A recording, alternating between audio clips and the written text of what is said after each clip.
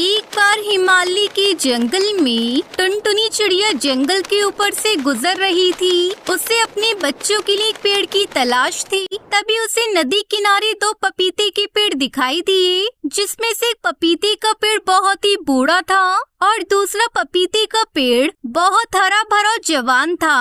उसने पहले पेड़ यानी बूढ़े पपीते के पेड़ के पास जाकर उससे कहा, ए पपीते के पेड़, क्या तुम मेरी मदद कर सकते हो? तुम्हें क्या हो गया? बरसात का मौसम शुरू होने वाला है। क्या मैं अपने बच्चों के लिए आपकी टहनियों पर घोंसला बना सकती हूँ? क्या मेरी टहनियों पे? नहीं नहीं, बिल्कुल नहीं। तुम सभी पक्षी बहुत गंदे होते हो। मेरी टहनियों को गंदा कर देते हो और मेरी पत्तियों को तोड़ देते हो। मैं अपनी किसी भी टहनी पे तुम्हें घोंसला नहीं बनाने दूंगा। जाओ जाओ, भागो यहाँ से, किसी और पेड़ के पास जाओ। आप बहुत ही घमंडी हैं। ठीक है, मैं किसी और पेड़ से पूछ लेती हूँ। उसके बाद टुनटुनी चिड़िया पपीते के दूसरे पेड़ के पास जाती है और उससे कहती है, हे वृक्षराज, क्या मैं आपकी टहनी पर घोंसला बना सकती हूँ? हाँ बिल्कुल टुनटुनी चिड़िया, तुम मेरी टहनी पर घोंसला बना सकती हो। तुम्हें यहाँ कोई परेशानी नहीं होगी। आपका बहुत बहुत धन्यवाद वृक्षराज। उसके बाद टुनटुनी चिड़िया ने घोंसला बनाना शुरू किया। टुनटुनी चिड़िया रोज घास का तिनका लाती और टहनी पर डालती। धीरे धीरे टुनटुनी चिड़िया ने घोंसला बना लिया और कुछ दिनों बाद टुनटुनी चिड़िया ने अंडे भी दे दिए। एक दिन बरसात का मौसम भी आ गया। बहुत तेज आंधी, तूफान और बरसात होने लगी, जिसके कारण बाढ़ भी आ गई। टुनटुनी चिड़िया अपने घोंसले को कसकर पकड़ के बैठी हुई थी। तभी अचानक बूढ़ा पपीते का पेड़ झट से उखड़कर गिर गया और तेज पानी में बहने लगा। उसे बहता देख टुनटुनी चिड़िया उससे कहती है, सुनो सुनो, अरे कहाँ बहे जा रही हो? पहले मेरी बात तो सुन लो, फिर बह जाना। भगवान हर किसी को उसके कर्मों के अनुसार सही सजा देता है। याद है जब मैं तुम्हारे पास अपने बच्चों के लिए घोंसला बनाने के लिए आई थी, तो तुमने मुझे मना कर दिया था। और देखो, तुम्हें तुम्हारे उसी कर्म का फल मिल रहा है। बूढ़ा पपीते का पेड़ उसकी बात सुनकर मुस्कुराया और बोला, मैं जानता था कि मेरी जड़ें बहुत कमजोर हो चुकी हैं और मैं इस वर्ष बरसात के मौसम में नहीं टिक पाऊंगा। मैं तुम्हारी और तुम्हारे बच्चों की जान खतरे में नहीं डालना चाहता था। उस दिन मैंने तुमसे मना किया, उसके लिए मुझे क्षमा कर देना टुनटुनी।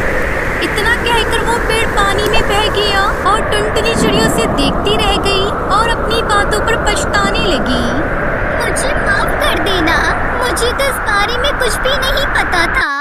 बारिश खत्म हो जाने के बाद टुनटुनी चिड़िया को बूढ़े पपीते के पेड़ के पास एक पपीता दिखाई देता है, जो उसी बूढ़े पपीते के पेड़ का होता है। उस पपीते को देखकर टुनटुनी चिड़िया कहती है, क्यों ना मैं इस पपीते से फिर से एक पेड़ को उगाती हूँ। मेरे ऐसे करने से बूढ़ा पेड़ जहाँ कहीं भी होगा, वो बहुत खुश होगा। अब टुनटुनी चिड़िया उस पपीते में से बीज निकाल कर उसी बूढ़े पपीते की जगह पर डाल देती है और कुछ दिन बाद पपीते का पौधा निकल आता है, जिसे देखकर टुनटुनी चिड़िया उसके बच्चे बहुत खुश होते हैं। अरे वाह मम्मी, आपने तो सच में पपीते का पेड़ उगा दिया। अब हम अपना घोंसला यहीं पर बनाएंगे। हाँ सुनहरी, तू सही कह रही है। अब से हम यहीं पर अपना घोंसला बनाकर रहेंगे। लेकिन माँ, हम खाएंगे क्या? हमें घोंसला तो मिल गया, लेकिन काम नहीं मिला। उनकी बातें सुनकर पपीते का पेड़ बोलता है, बस इतनी सी बात, तुम मेरे पेड़ से पपीते ले सकती हो और बाजार में जाकर बेच सकती हो। उससे तुम्हें कुछ पैसे मिल जाएंगे। तुम सही कहते हो। पता है, तुम जिस पेड़ से बने हो, उस बूढ़े पेड़ ने मेरी जान बचाई और आज तुमने भी भूखा रहने से मुझे बचा लिया।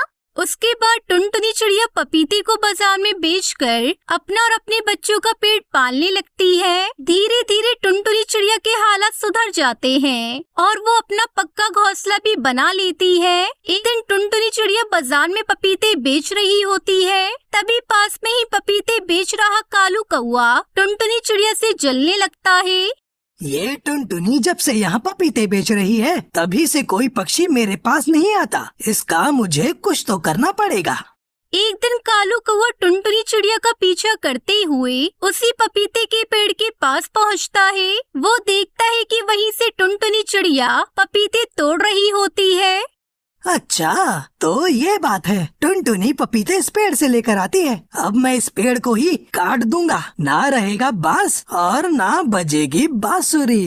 कालू कौवा जैसे ही पपीते के पेड़ के पास आता है, उस पेड़ की टहनी से मारने लगती है।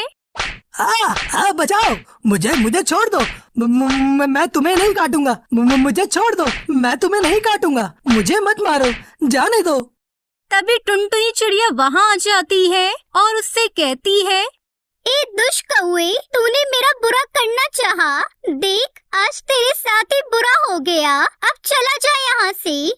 उसके बाद कालू कौवा उड़ता उड़ता वहाँ से अपनी जान बचाकर भाग जाता है। फिर टुनटुनी चिड़िया खुशी खुशी उस पेड़ के ऊपर घोंसला बनाकर अपने बच्चों के साथ रहने लगती है।